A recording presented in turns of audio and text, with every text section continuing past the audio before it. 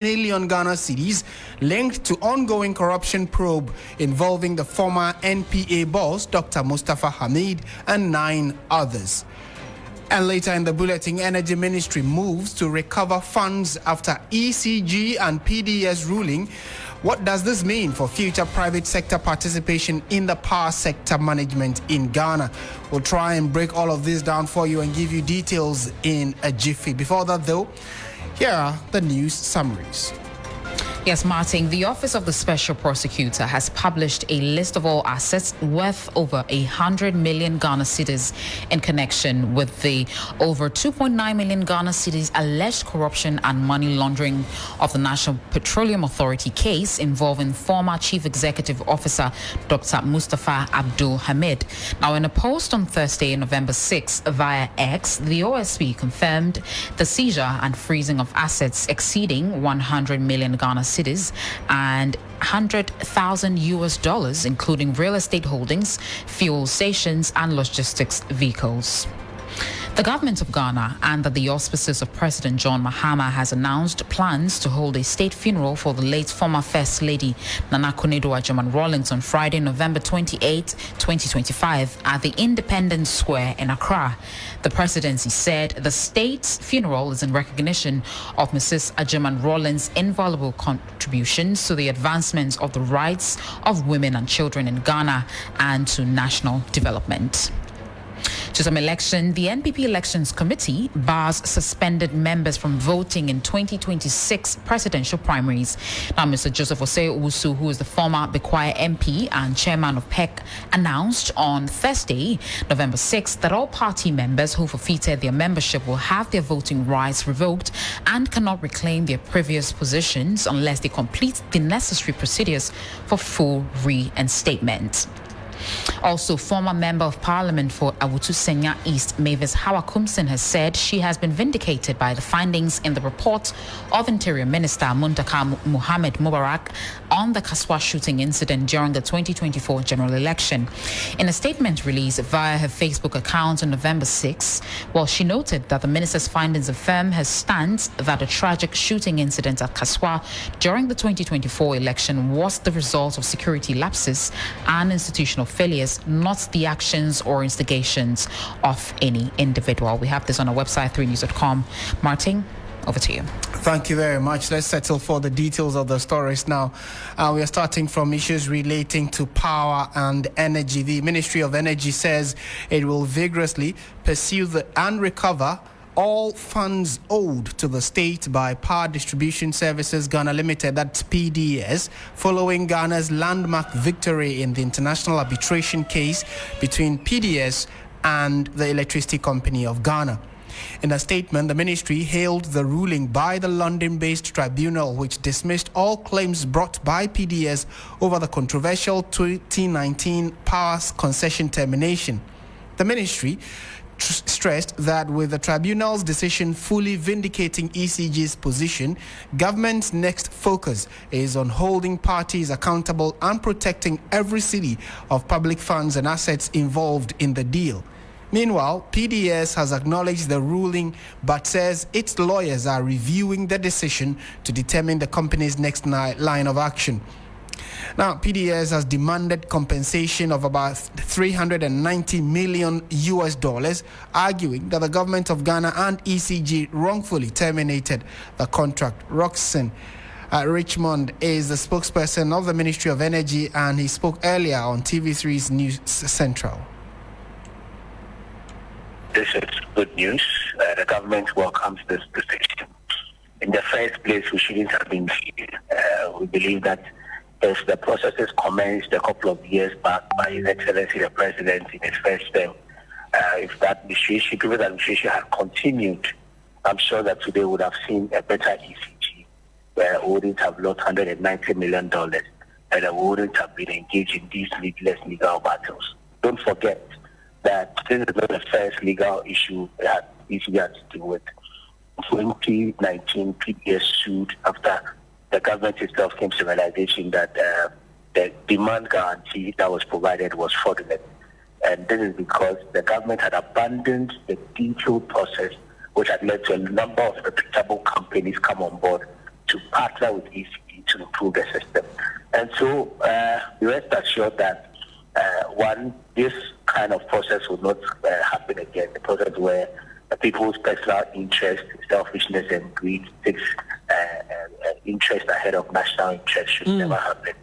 And for the administrative steps, the Office of the Attorney General obviously will brief the nation on that. Obviously, will be in court, and then also take administrative steps to recover all monies to ECG. Don't forget that within the period, the revenues that PDS collected are still sitting with PDS. And those monies are not for PDS. Those monies are the bona fide property of ECG, and that you have the assurances of government that every single penny with PDS will be recovered by the country. We know I'm a lawyer. These are the legal steps that the states must initiate. If you look at Article 88, it falls perfectly under the purview of the Honorable Minister of Justice and Attorney General. And so I wouldn't want to go into that. But you have the assurances of government that once this arbitration is over, once PDS's claims have been entirely dismissed, once the arbitration they commenced has confirmed that the demand guarantees were void ab initio, it assures that the Attorney General's office will act and recover every asset in possession of PDS. The collected will be announced by the Ministry of Energy. But assurances you have is that we will not have cannibalized again like what we've seen under PDS. That's what I can assure you. And that is Richmond Roxon, who is a spokesperson for the Ministry of Energy, speaking to us earlier on our sister station TV3.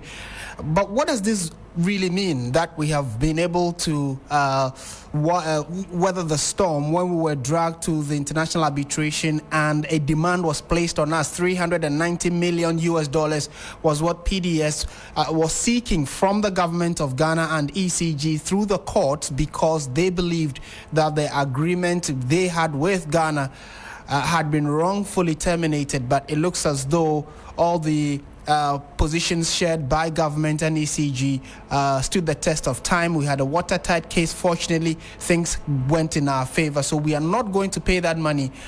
But on the back of that, not just the fact that we have been victorious in the courts, the Ministry of Energy and Green Transition say that they are now going to chase PDS and ensure that every money that was paid is retrieved or recovered. What does this mean? Let's speak to the Executive Director of the Center for Environmental Management and Sustainable Energy, Benjamin Nsia. Mr. Nsia, good evening. Thank you for joining us on 3FM. Good evening, and thanks for having me. What's your general assessment of how all of this played out in terms of Ghana's victory, and prior to that, the fact that we had an agreement with PDS, there was some kind of national discomfort with the entire agreement, and then fortunately after the termination we've gone to court and won against what PDS was seeking. How does this all come to you? Thank you very much. So I think we are here because of lack of due diligence on the part of state actors who ought to have had some oversight responsibility in checking that we had a good contract with PDS. And also, too, because of personal political interest by some state actors in influencing contractual decisions between some utilities and also private entities or private persons. That is why we are here. But the court has pronounced its ruling, its judgment, and I think ECG won, which is a defensive victory because PDS took them to court. And when the judge dismissed all claims, it means that ECG has won a defensive victory. And the next stage is an offensive win, which I think the spokesperson for the ministry mentioned. Now it is a turn of ECG to go offensive. It also claim some awards or rewards from the court based on this whole contractual arrangement. I think with respect to assets, which has been the issue about discussion, we have to look at it from two perspectives. We have liabilities as part of the contract and also assets as part of the contract. I think the liability was what PDS was claiming, that after the termination of the contract, there were certain liabilities that ECG ought to award them or ought to have paid them. Now the court has dismissed that. So the offensive side has to do with the assets, whether there were certain fiscal assets that ECG handed over to them, whether there were certain financial assets, technical, operational, and even IT or technological assets that ECG handed over to them. But before we could proceed on these assets, auditors must come in to reconcile and take some auditing and reconciliation of what they received from ECG, what they brought in after those receipts, and then after that reconciliation, maybe certain negotiations will be done. If those settlements are done, I think that they will not be caught to pronounce any judgment. But if PDS becomes adamant, I think that the next step will be to be offensive on them to get retrieve any asset that belongs to the state, which is with them. So it is your thinking that although we terminated the contract probably 3 years ago, there certainly must have still been some assets of ECG in their possession? Likely, there could be, because when I heard the spokesperson, he mentioned that there are certain revenues even taken by PDS and still with PDS, and all these are assets. There could be certain fiscal assets like vehicles and other infrastructure which are with PDS to date, and that the ECG could not claim from them because of these offensive approach taken by PDS to claim some liabilities from government. But since the court has dismissed their claims, it means that the time has come for the state to also go after them offensively, to also claim whatever belongs to the state that is with them. But as I indicated earlier, auditors must come in, reconciliation must be done, because whether you like it or yes, PDS might have also injected some form of capital or some form of liquidity into the operations or whatever operation they were engaging. And after this reconciliation, if we still know that there are certain assets after balance, we claim our assets based on negotiation.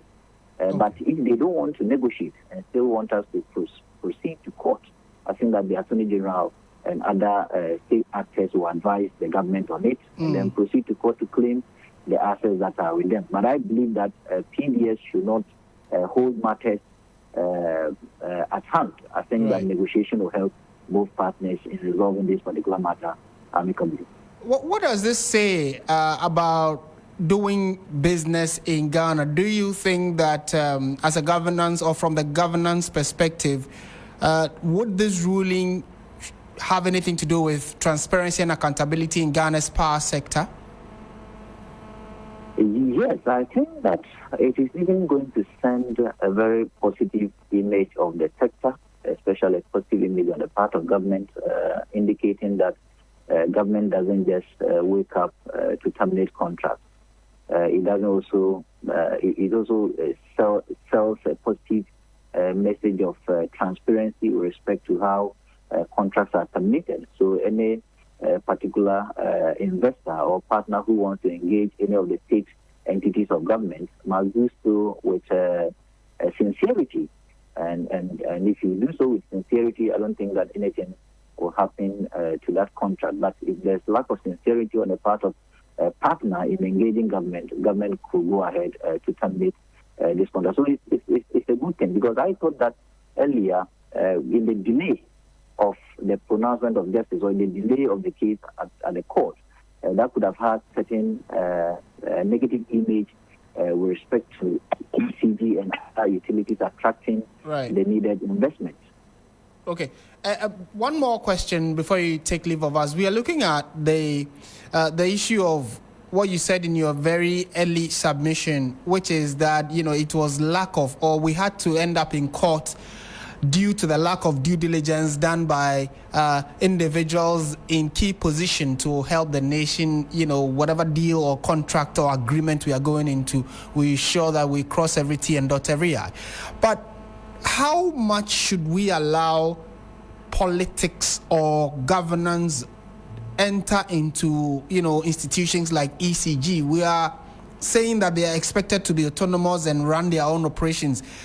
Leadership of these institutions are appointed by politicians or the government of the day, and by virtue of that, they have some backhand dealings or at least influence when it comes to the overall operational responsibilities of institutions like the ECG. So it would have been expected that ECG themselves would say that based on our operations and these challenges we face, we want a private institution to come in and assist us. Then they can go to government to see how they can either facilitate in getting a private entity in coming in. But if the ultimate decision usually comes from the executive or the government of the day, it indirectly tells you that there certainly will be some underhand dealings where politicians might want their interest to hold sway, for which reason ECG itself will just have to kowtow to whatever decision is taken by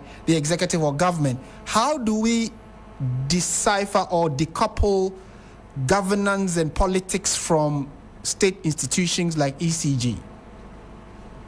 Thank you very much. I think that looking at our organizational culture and also looking at the kind of political regime we practice in Ghana, it is likely going to be difficult if ECG continues to be a public company.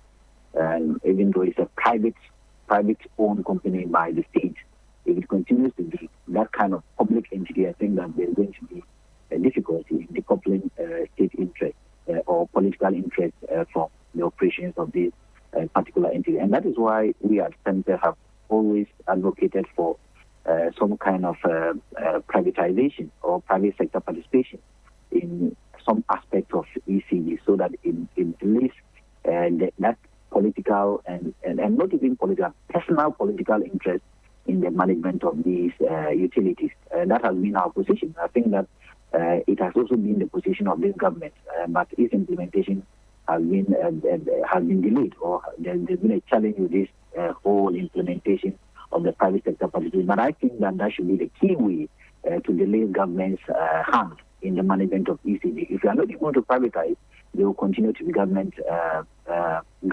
interest or political interest or personal political interest in the management of it. Because one, the executive appoints the board.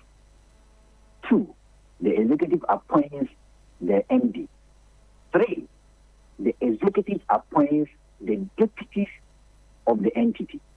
And four, probably, the executive appoints even some operational leadership of some of these utility companies and state-owned entities. And if executive even appoints some of the operational heads, it also brings in conflict between the authority and delegation of power at some of these state-owned entities. Because sometimes some people feel that since the president appointed me or the minister appointed me, same way they appointed the chief executive officer or the managing director, some directives by the managing director to these appointees will not be implemented, or they may not even respond to the implementation of the directive from their boss, because they believe that they all came from the same person or from the same appointing authority. So it brings that conflict in most of these organizations. So until we amend also the act that establishes some of these entities by allowing private sector participation, or maybe reforming the corporate governance structure of these entities, where we have a new way of forming the board of ECG, and that new way allows the board to appoint an MD, I think that it will be very, very difficult to delete government interest and political party interest from the management of these entities. Right.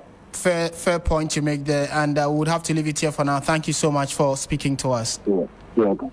And that is Benjamin Insia. He is the Executive Director for the Center for Environmental Management and Sustainable Energy, and has been sharing his thoughts on the big win. He calls it an offensive victory for Ghana, where PDS, you'd recall, PDS was in Ghana. They had a contract with ECG. The government of the time, that is the MPP government, terminated the contract.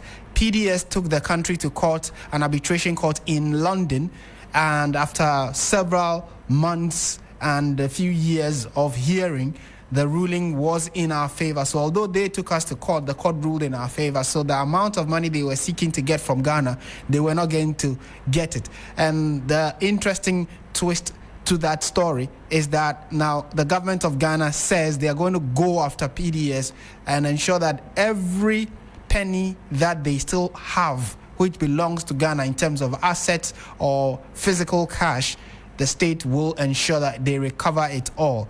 And the resource person we just spoke to says that it's a step in the right direction. However, we need to ensure that this kind of unfortunate development does not recur.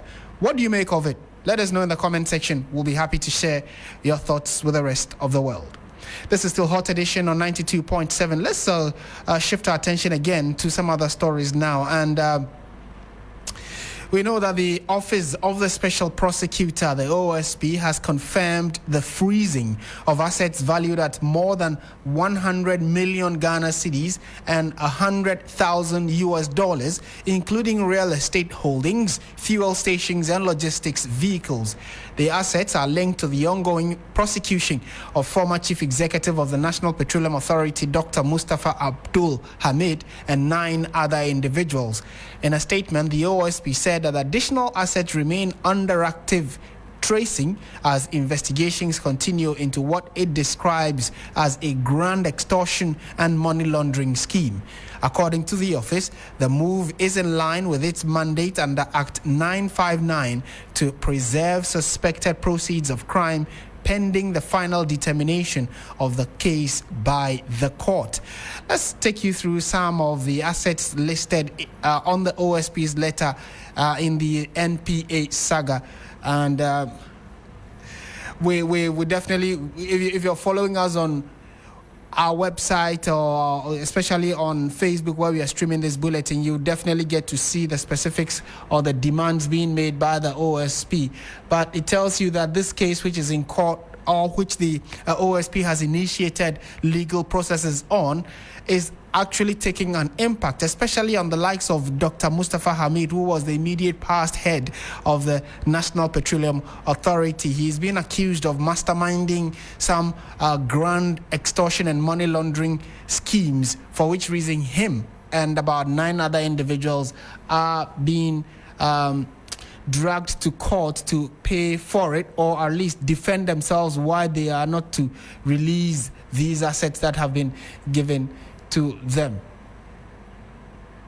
Right, so we'll give you updates of it later in our bulletin so you can get to understand what exactly these demands are and some of the assets that the OSP is chasing.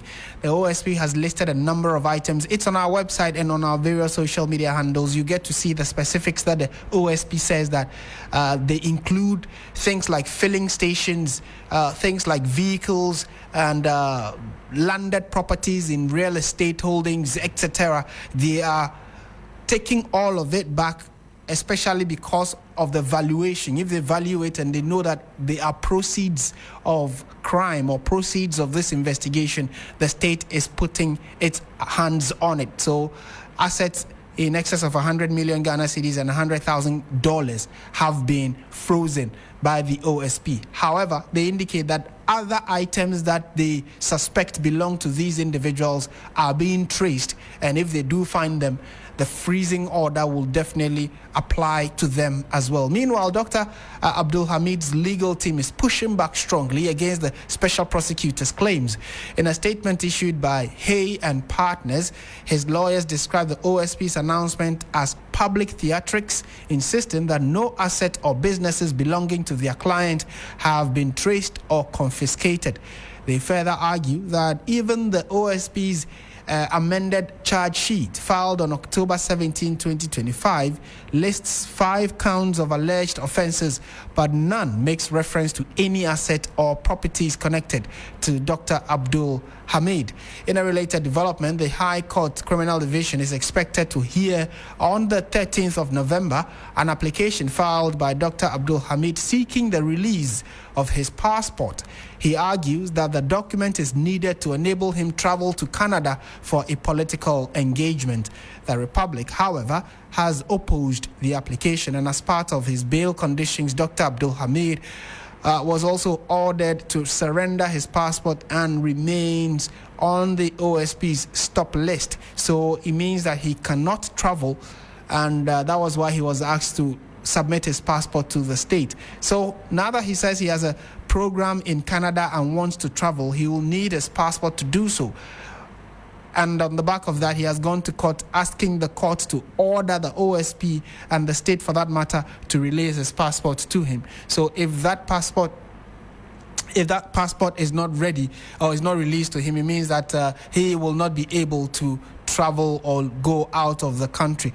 And his lawyer, Joseph Dindiok-Pemka, who is also a former Deputy Attorney General, has been speaking to 3FM and sharing his thoughts on what all of this means, especially for them. You've read our response to the OSP's release. If you ask me, I'll tell you that what the OSP did is absolutely needless and uncalled for. You see, I have said it time and again, and I have referred lawyers, people are deliberately staying away from that provision. And let me repeat it. Go and check Rule 42 FII of LI 2423 of 2020. What the prosecution is doing is completely unacceptable.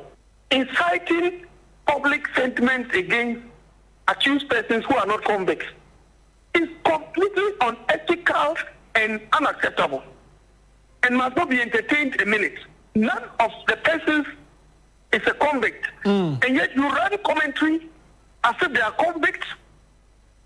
You are talking about confiscation when you have not even convicted the persons and you have not linked whatever you are talking about to process of crime. Not even that is the case.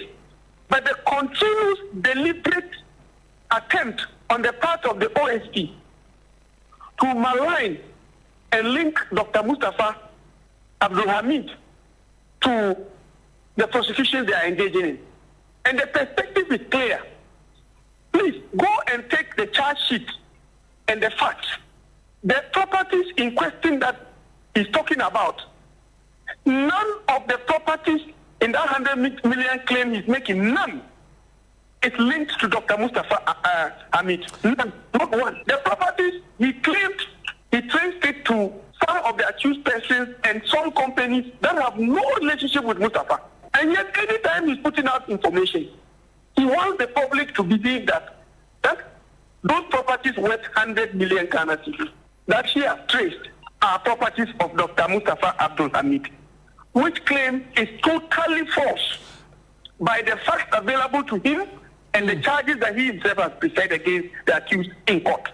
So why, with the greatest respect and humility, my brother, with the greatest respect and humility, what is the reason for the latest statement that was issued? Didn't he say that he was responding to a statement by Mustapha? No. You see, you are getting it wrong, and I have to point it out to you. Right. If there are 10 accused persons, and then one accused person out of the 10 makes a statement and you are responding to it, and you talk about seizure of property worth 100 million, what are you insinuating? Does anybody need to know? Need to ask you any further questions to know that you are trying to tell the public that the person's property that you have traced is 100 million.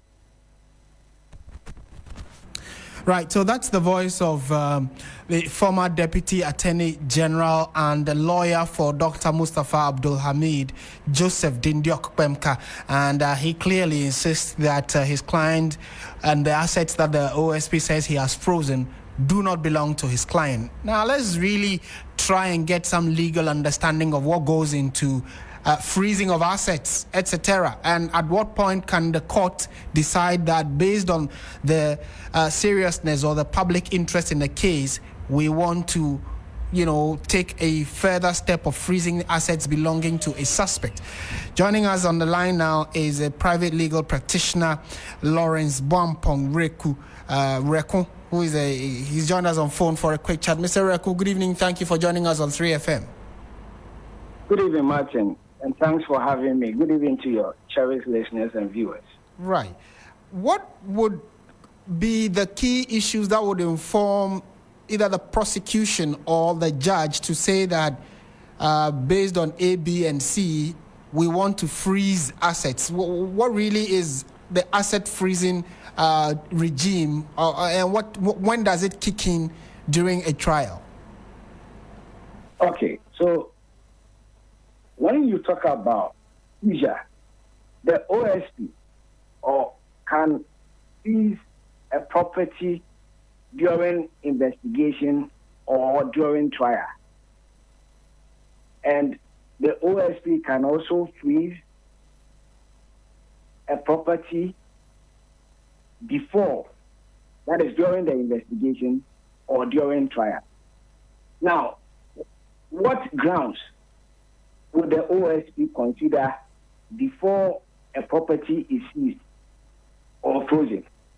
Now, if the OSP, that is the prosecutor, is of the view that that property is tainted with corruption or corruption-related offenses, then before trial, even in the investigation, the OSP can go ahead and seize that tainted property.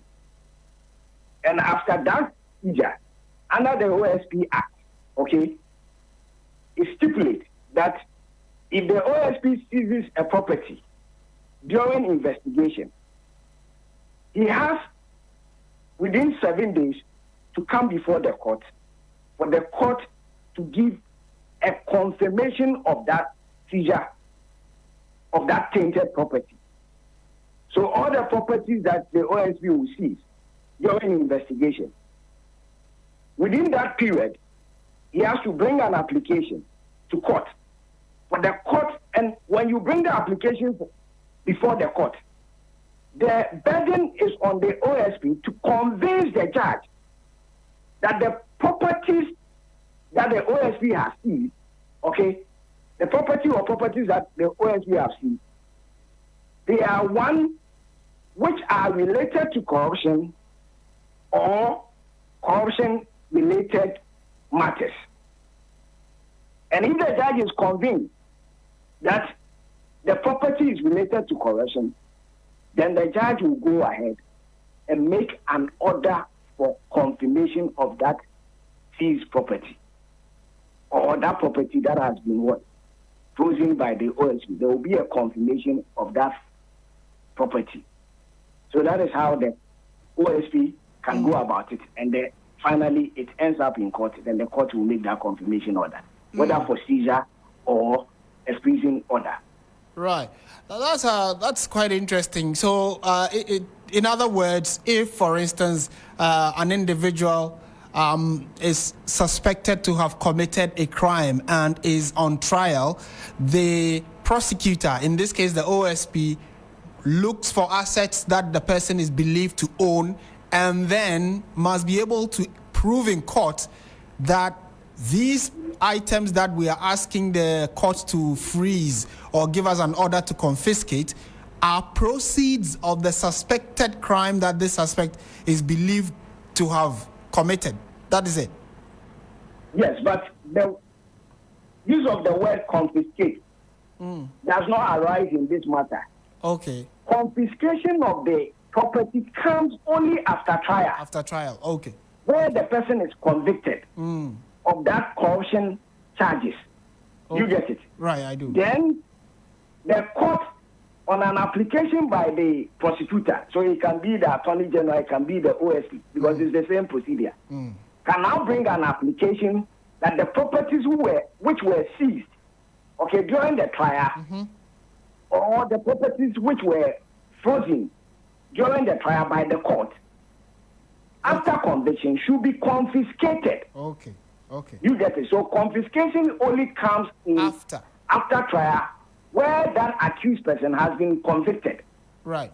And it has been established in the trial that the property seized, okay, were related to the charges. Those corruption charges, they were related.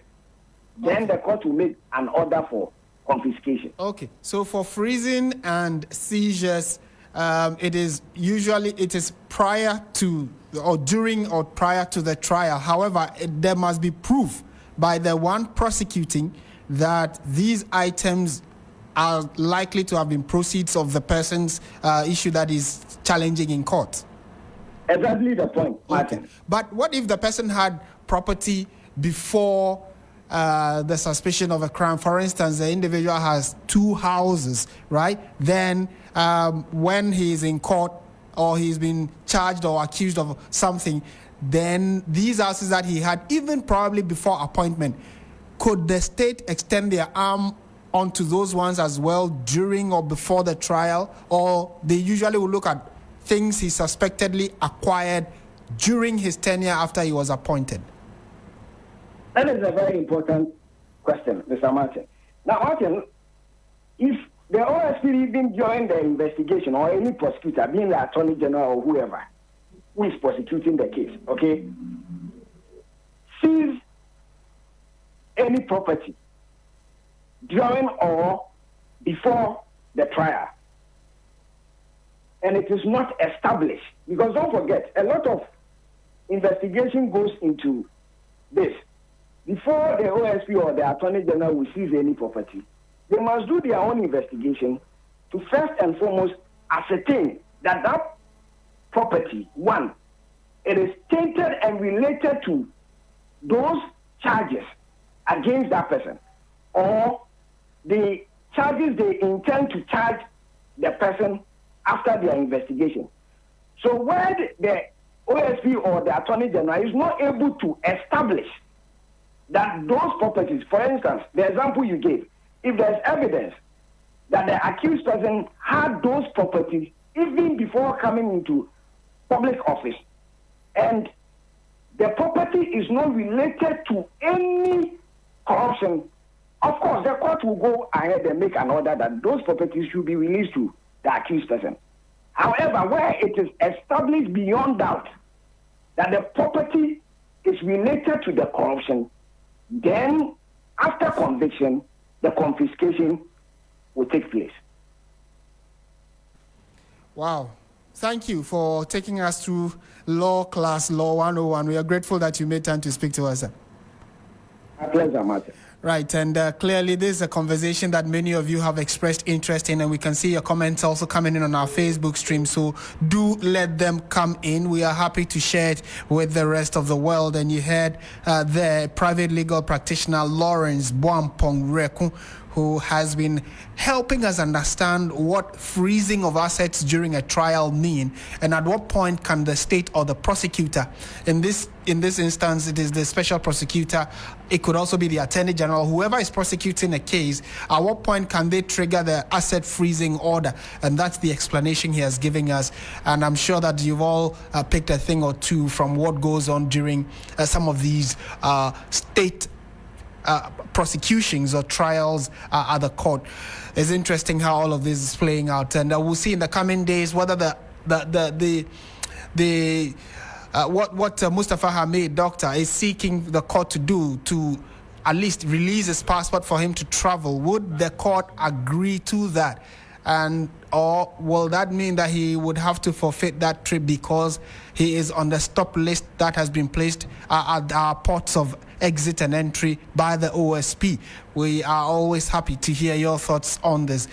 This is still Hot Edition on 3FM 92.7. Stay with us. When we return, we would update you on what's happening to the final date of when Ghana's longest-serving former First Lady, Nana Konadu Agyemang Rawlings, will be laid to rest, and what has the state been saying regarding providing a state funeral. We'll update you on all of that and more, and give you business as well as sports. This is Hot Edition on 3FM 92.7.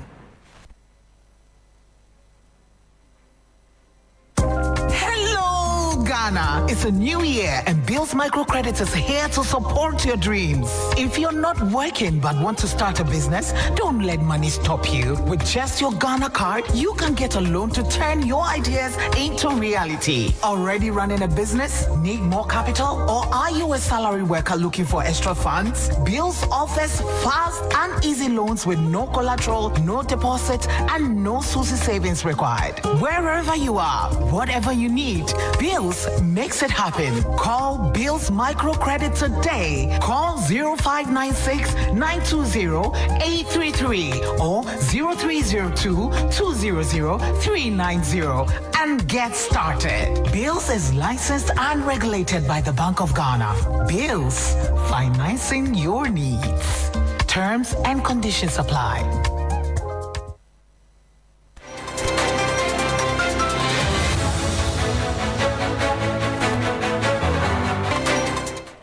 There's still 3FM 92.7. You're listening to Hot Edition, and we are going on to some other stories that we have for you this evening. And the government of Ghana has announced that a state funeral will be held for the late former First Lady Nana Konadu Agyeman-Rawlings on Friday, the 28th of November 2025 at the Independence Square in Accra. A statement signed by the Minister for Government Communications and Presidential Spokesperson Felix Kwakye-Fosu says that the event being organized under the auspices of President John Mahama will honor the remarkable legacy of Mrs. Agyeman-Rawlings for her tireless advocacy for women and children and her lifelong service to national development.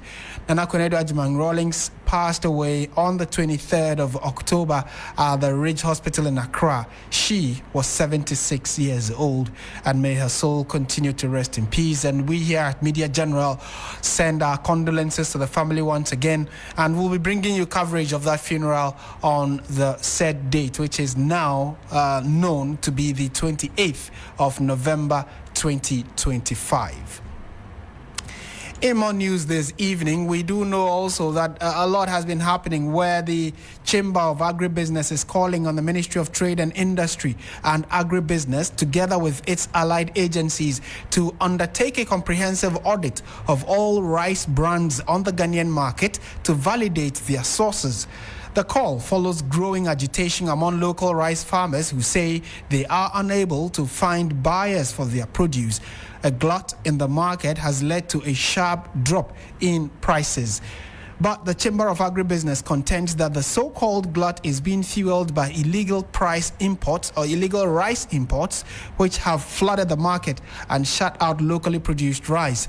The Chamber wants governments to take immediate steps to address the situation and bring relief to Ghanaian farmers. Let's listen to the Executive Director of the Chamber of Agribusiness, Anthony Morrison.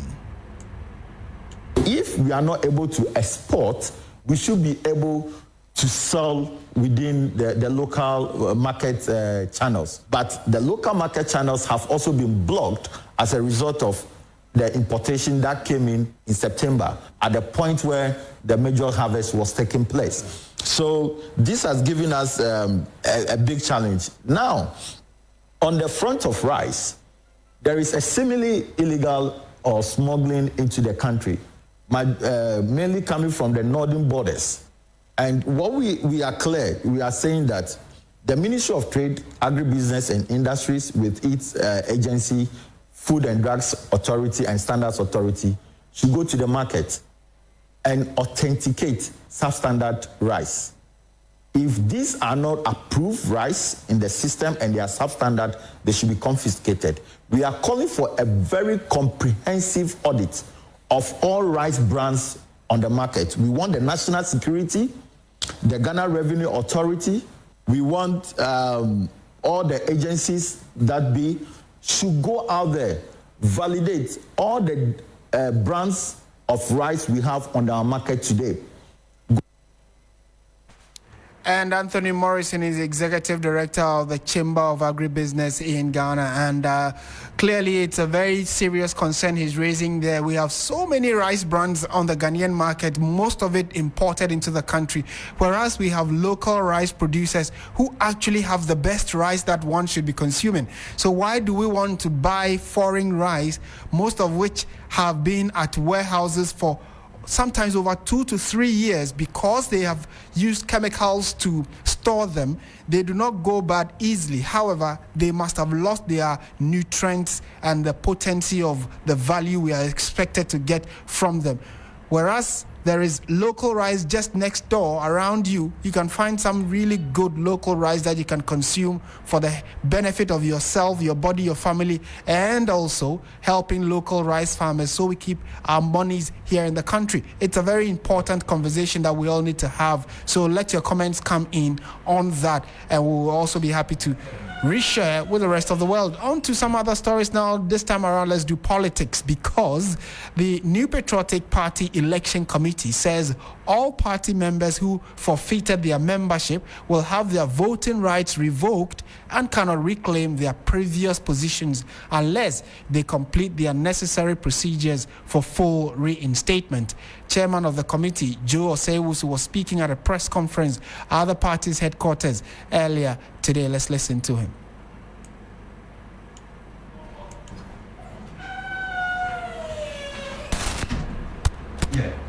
Members who have forfeited their membership under Article 391 shall be excluded from the process. Therefore, they shall not participate in or vote in the presidential election on Saturday, January.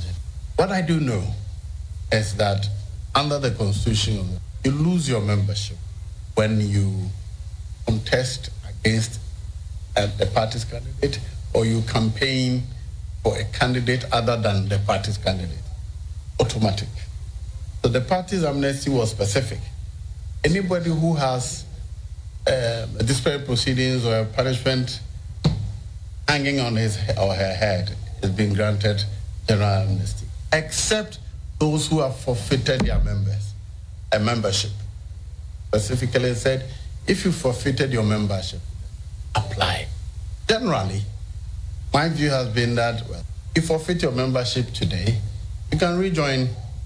You're a beginner. But until 2 years have elapsed, you do not qualify to compete for any position.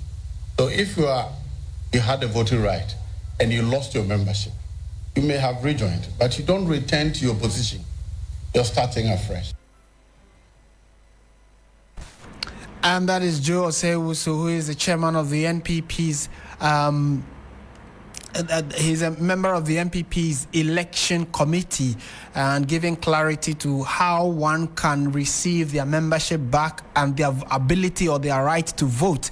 He says that if you want to have that right back, then there are clear procedures you need to follow, and has been clarifying that for us. Well, that's how we bring this part of the conversation to a halt. We are taking a quick breather. We'll be back with the latest in the world of business and sports as well, so then that you can also be aware of the big news happening, not just in mainstream, but then in the world of business and in the world of sports. So stay with us. This is 3FM 92.7.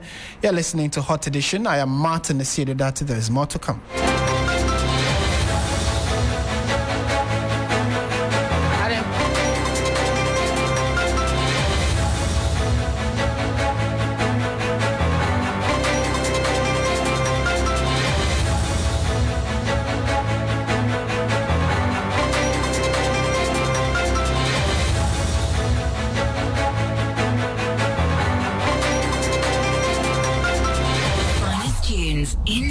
With a soothing voice. 3 Lounge with AJ. Are you tired of the same old routine? Need a break from the stress and chaos of everyday life? Well, step into the 3 Lounge, your world of absolute relaxation and great music with yours truly, AJ Sapon. Welcome to the best mid-morning show in the capital and beyond. This is 3 Lounge, yours truly, your radio princess, AJ Sapon. Love it. I love it. It's great. Kickstart your week with Monday motivation. Shake off the Tuesday blues and get ready for midweek mania. Take a trip down memory lane on Throwback Thursday and wrap up the week with Funky Friday with myself and Helen Appiah Ampufo. Plus, enjoy exciting celebrity interviews, insightful conversation, engaging discussions on topics that matter, and there's a boatload of fun and easy activations that reward and appreciate you, our loyal listener. If you are listening, we're manifesting money into your pocket this morning. Don't miss out on the excitement. Tune in to 3 Lounge every weekday morning from 10 a.m. to 12 p.m. with AJ Sapon, only on 3FM 92.7. It's my number one. 92.7 3FM, your urban lifestyle radio.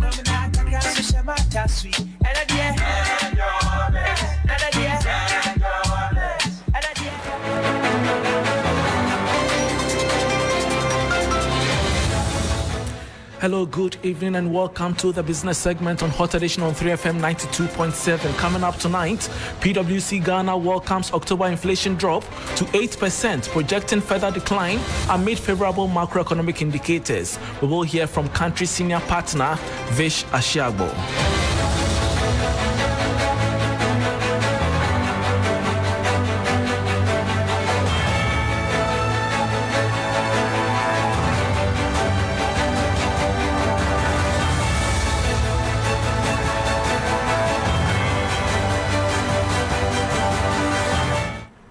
Thanks for your company. I am Bismarck. I'll send out to the details.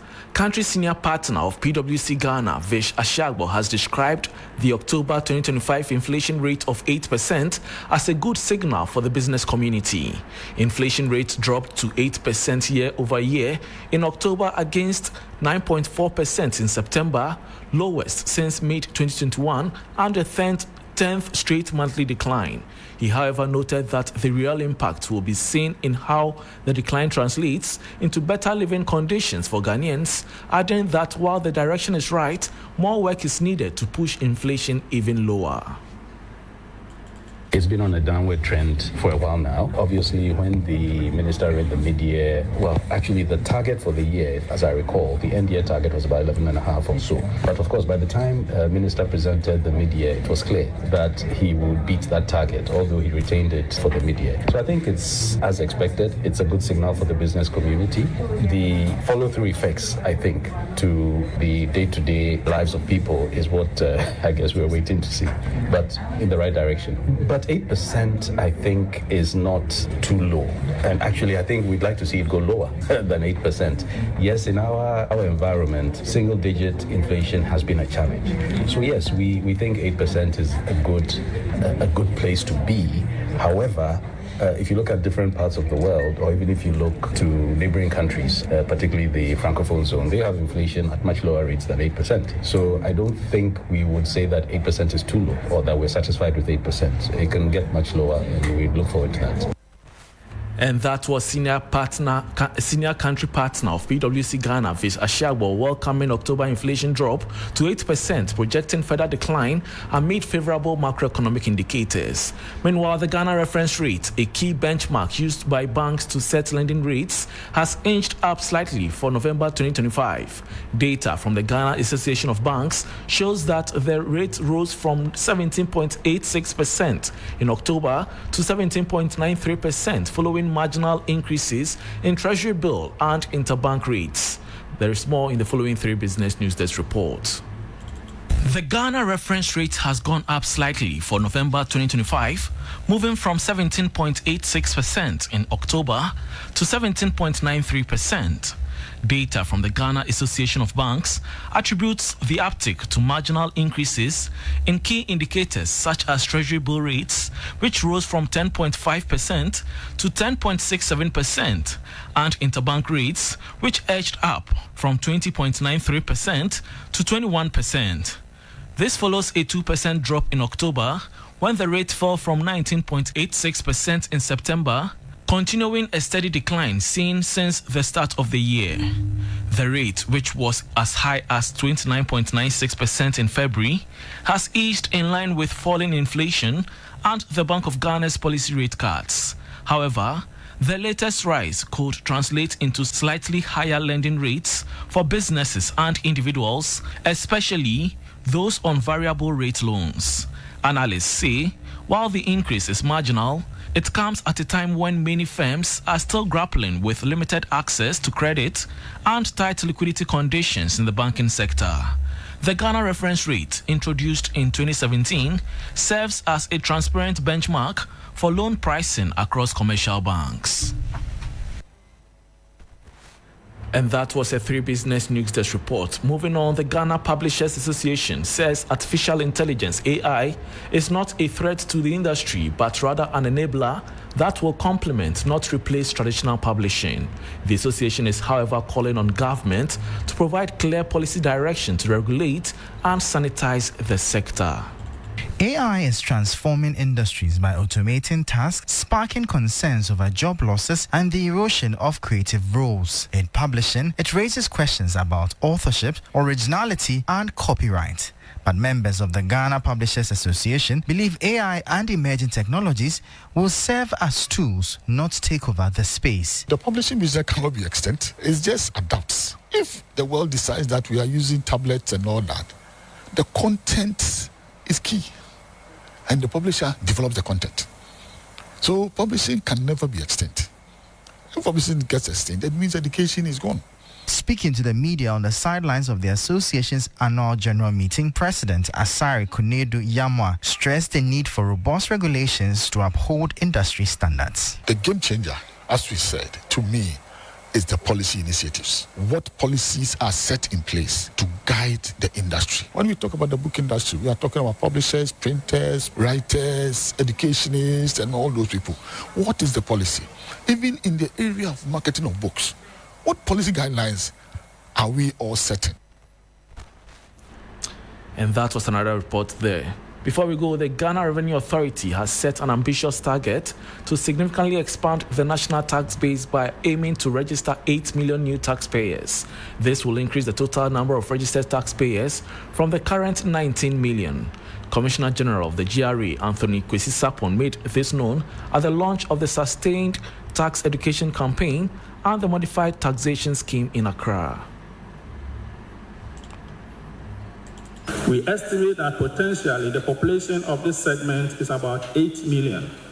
We plan to target enrolling about 2 million potentially within the next 3 years into the tax net.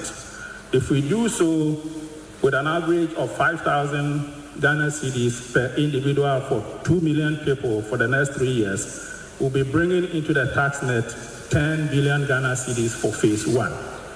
In the phase 2, we'll work to bring in the additional 6 million into the tax net, and that will bring in additional 30 billion Ghana cedis into the tax net.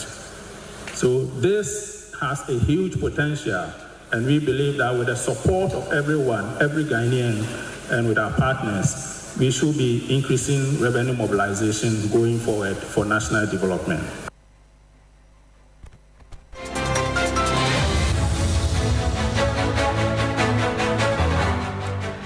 You heard Commissioner General of the GRA, Anthony Kwesi Sapon, and that brings us to the end of the business segment as well as Hot Edition.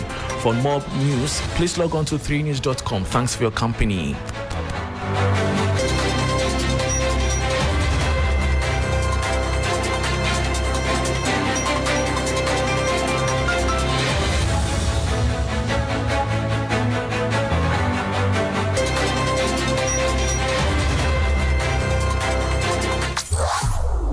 Finest tunes in sync with a soothing voice. 3 Lounge with AJ. Are you tired of the same old routine? Need a break from the stress and chaos of everyday life? Well, step into the 3 Lounge, your world of absolute relaxation and great music with yours truly, AJ Sapon. Welcome to the best mid-morning show in the capital and beyond. This is 3 Lounge, yours truly, your radio princess, AJ Sapon. Love it. I love it. It's great. Kickstart your week with Monday motivation. Shake off the Tuesday blues and get ready for midweek mania. Take a trip down memory lane